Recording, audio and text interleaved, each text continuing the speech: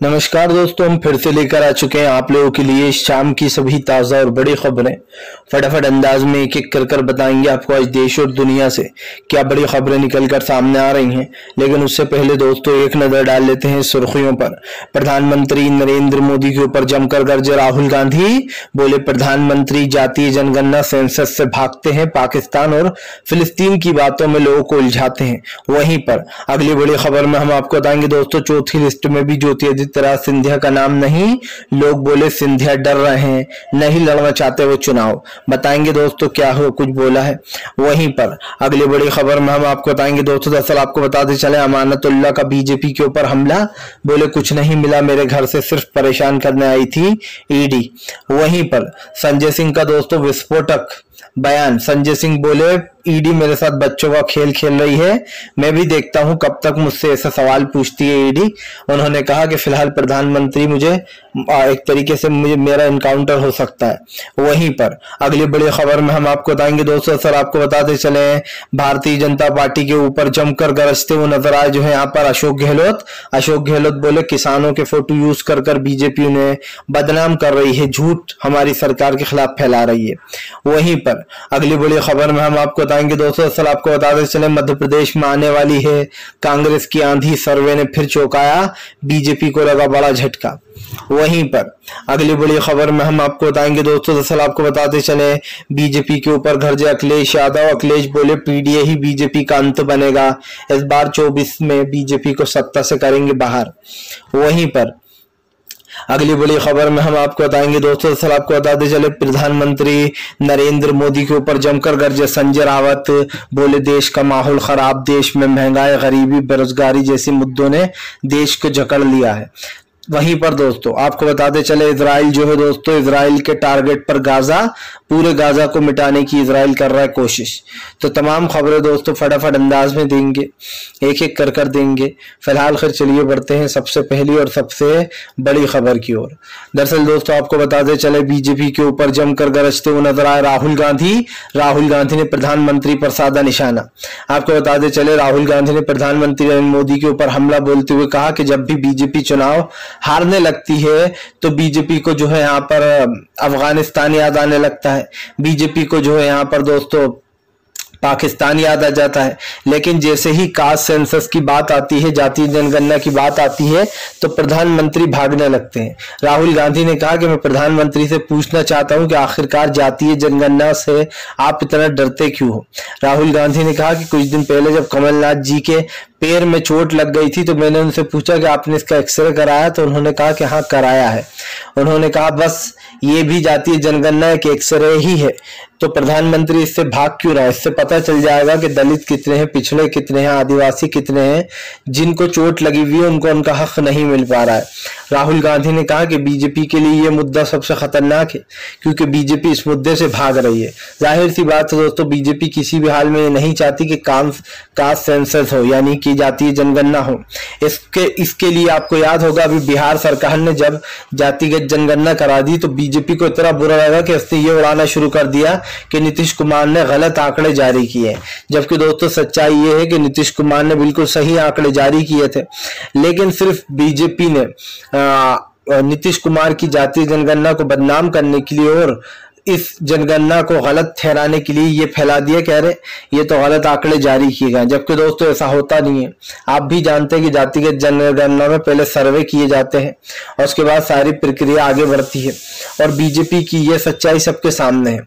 आपको बता दूं, यही नहीं, राहुल गांधी ने साफ कहा कि फिलहाल मध्य प्रदेश में सरकार बनते से ही हम कराएंगे जातिगत जनगणना। उन्होंने कहा कि बीजेपी कराए ना कराए, लेकिन हम देश में सब जगह जातिगत जनगणना कराएंगे। इससे दोस्तों देश में जितने भी वर्ग के लोग हैं, उन्होंने कहा सबको पता चलेगा किस काम से के कितने लोग हैं। और सबसे बड़ी बात यह है दोस्तों कि ये होना भी चाहिए, क्योंकि आज हमारे देश में जो चल रहा है उसको लेकर कहीं ना कहीं देश में उन लोगों को दोस्तों और मिल जाता है जो पहले से ही अमीर और जो बेचारा गरीब है उनको कुछ मिल नहीं पाता है। फिलहाल चलिए बढ़ते हैं एक और अगली बिग ब्रेकिंग की तरफ। बता दोस्तों अगली जो बड़ी खबर निकल कर आ रही है, ज्योतिरादित्य सिंधिया को लगा डर कि नहीं लड़ना चाहते हैं ज्योतिरादित्य सिंधिया चुनाव। दरअसल दोस्तों इसका एक बहुत बड़ा कारण है, और वो कारण ऐसा क्यों है दोस्तों मैं आपको बता देता हूँ। दरअसल आपको बताते चले दोस्तों, आने वाले समय में आप एक चीज जरूर देखेंगे कि हमारे देश में ये जो जातिगत जनगणना का जो मुद्दा उठाए दोस्तों, ये एक बहुत बड़ा मुद्दा तो है ही, लेकिन ज्योतिरादित्य सिंधिया अपने गढ़ में क्यों नहीं लड़ना चाह रहा है चुनाव, ये भी समझ लीजिए। आपको बताते चले तीसरी लिस्ट जारी हुई, लोगों ने सोचा कि ज्योतिरादित्य सिंधिया का नाम इस लिस्ट में जरूर होगा, लेकिन ज्योतिरादित्य सिंधिया का नाम दोस्तों इस लिस्ट में कहीं पर भी नहीं था। अब लोग सवाल पूछने लगे कि अरे भैया ऐसा क्यों, सिंधिया का नाम इस लिस्ट में क्यों नहीं है।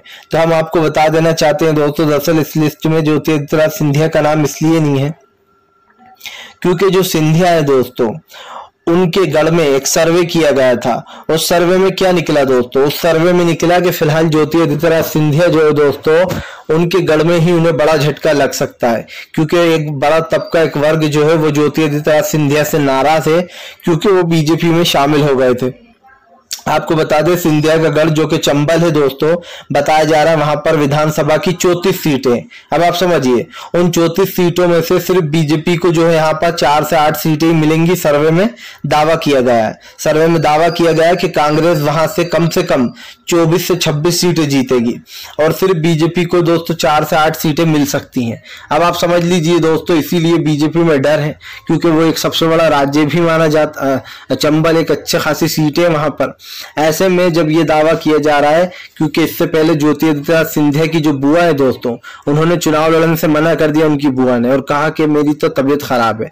साफ दिखाई दे रहा है बड़े बड़े नेता दोस्तों डरे हुए हैं, क्योंकि उन्हें पता है कि बीजेपी से जनता नाराज है, अगर हम खड़े हो गए तो हमारे नाम पर भी धब्बा लग जाएगा कि अरे ये तो चुनाव हार गए हैं।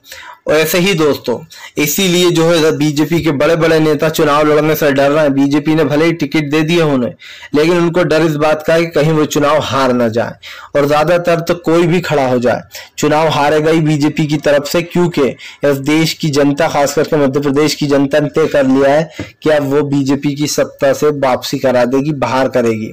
फिलहाल चलिए बढ़ते हैं एक और अगली बिग ब्रेकिंग की तरफ।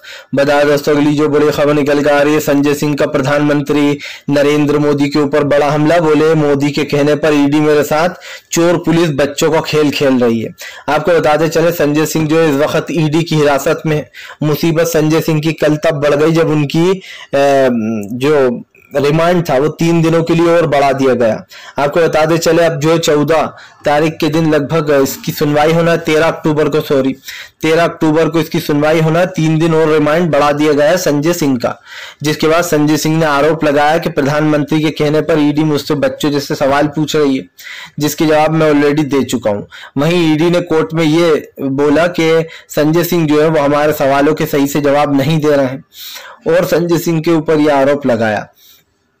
लेकिन इसका पूरा मैटर एक चीज साफ है दोस्तों, आने वाले समय में खास करके 3 दिन बाद जब इसकी 13 अक्टूबर को सुनवाई होगी इस केस की, उसको लेकर संजय सिंह ने बड़ा खुलासा तो किया ही, लेकिन उन्होंने ये भी दावा किया कि उनकी जान को खतरा है, उनको जो यहाँ पर मारने की कोशिश की जा रही है। अब दोस्तों संजय सिंह की जान को खतरा है, ये संजय सिंह ने साफ कहा है।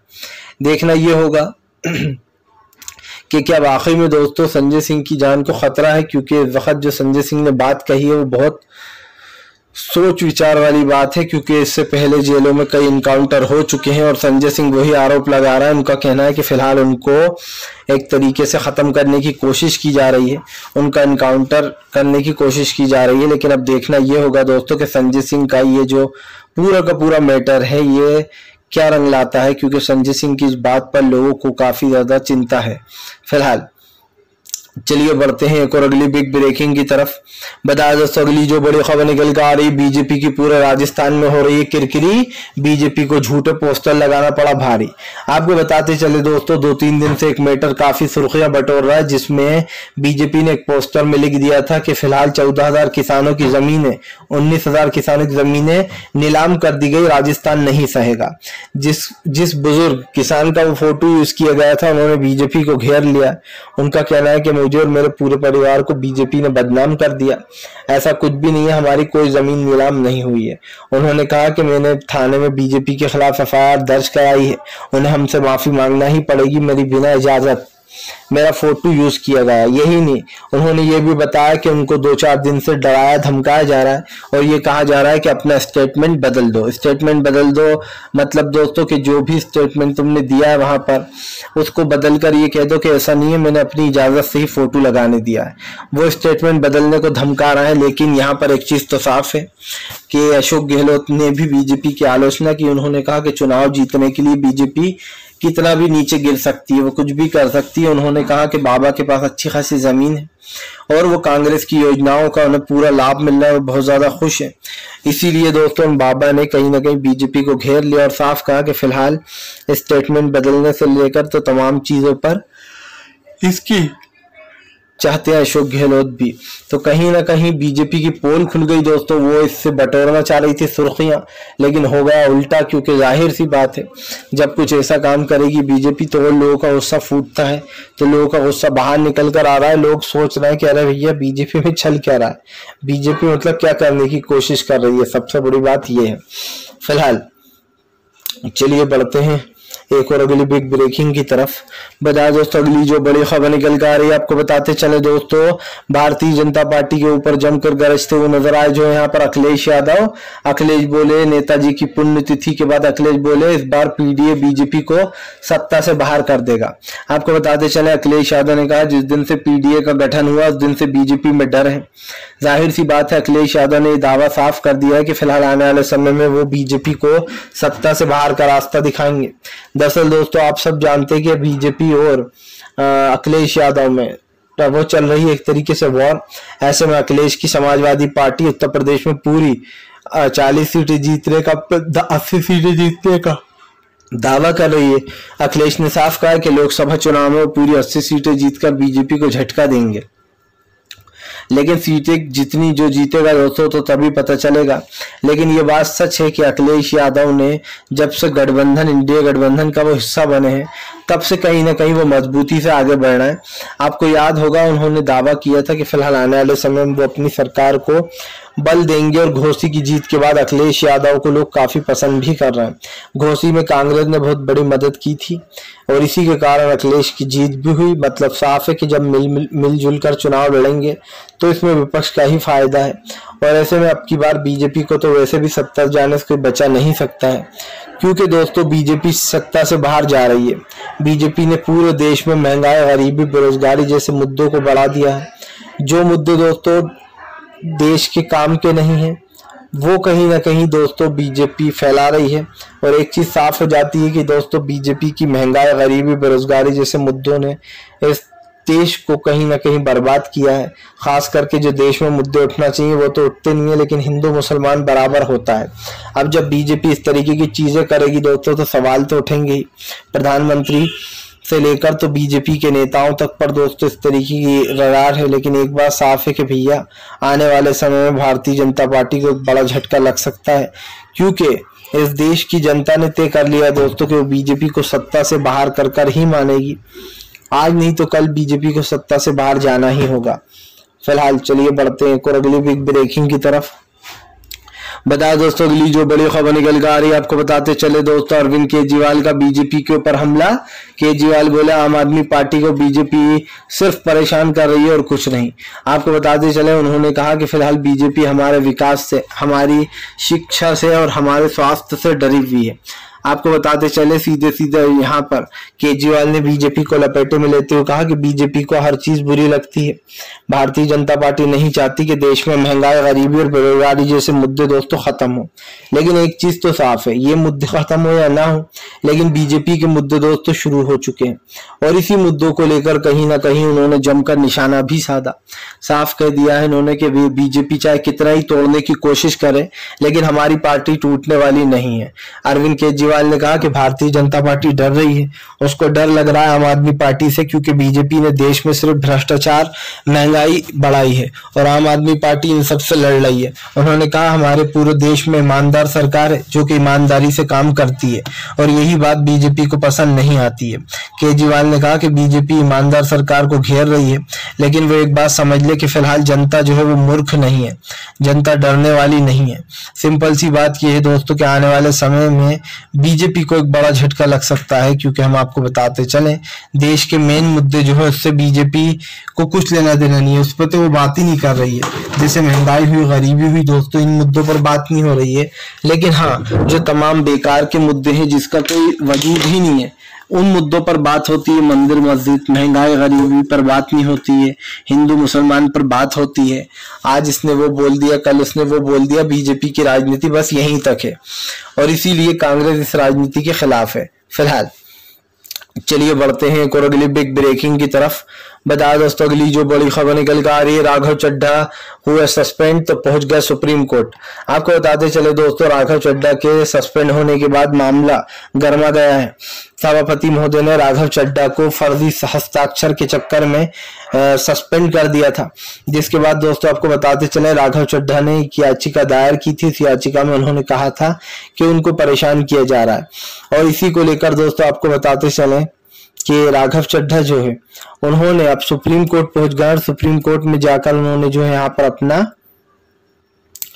वो किया है दोस्तों, एक तरीके से बीजेपी के खिलाफ जो यहाँ पर एक याचिका दायर की है, जिसमें उन्होंने कहा है कि फिलहाल बीजेपी ने उनको बिना किसी रीजन के निकाल दिया है।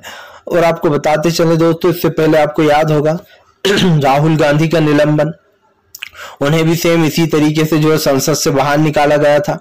लेकिन अब एक मैटर तो साफ हो गया है कि संसद से बाहर निकले जाने के बाद राघव चड्ढा सुप्रीम कोर्ट पहुंच गए हैं और उन्होंने एक याचिका दायर कर दी है कि बीजेपी ने गलत तरीके से, यानी कि सभापति महोदय ने गलत तरीके से उनको बाहर का कब भेज दिया। दोस्तों राहुल गांधी को भी सेम ऐसा ही किया गया था, उन्हें बोलने तक नहीं दिया गया था और उनको सस्पेंड कर दिया था हमेशा के लिए।